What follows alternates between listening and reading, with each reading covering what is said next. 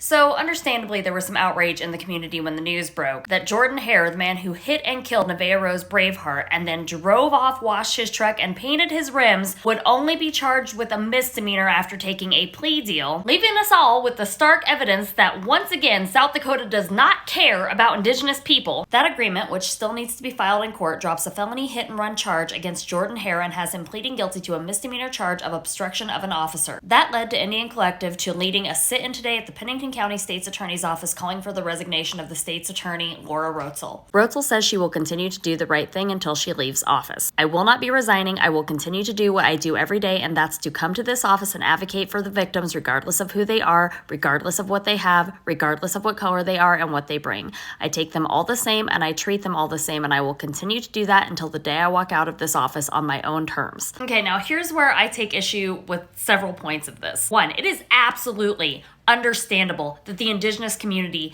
is pissed off about this. Y'all, that's crazy. A misdemeanor for a hit and run. I know people who are sitting in prison right now for a joint. That's legal now. Marijuana is legal in the state of South Dakota, and there are people in prison for a joint, but this guy hit and kills a girl, intentionally drives off, and he's getting a misdemeanor. No, you cannot tell me that if a Native man or woman hit a white child, they wouldn't be looking at the death penalty in this state right now. They need to find out who the attorney for Jordan Hare is, because I'm going to tell you what right now. It is not out of the realm of possibility that the judges and the attorneys have coffee together and barbecues. I've witnessed it with my own two eyes. Not on this case in particular, but in other cases like it. I have watched lawyers trade people like playing cards in the courthouse more than I care to acknowledge. And the really weird thing about this is that the whole reason that they do that is because the state gets JAG funding every year. That's Justice Assistance Grant. They get money for so many felonies that they prosecute. So I don't know why they let this one go when it's so easy to prove, unless the South Dakota law is written in such a way it's designed to only protect certain people. I am gonna say this, to make her resign,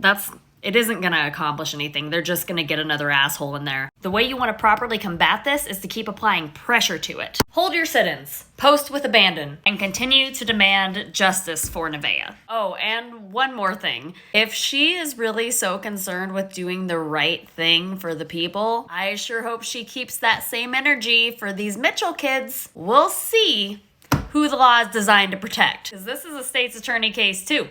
They are working on this too. Let's see if these kids get off with misdemeanors.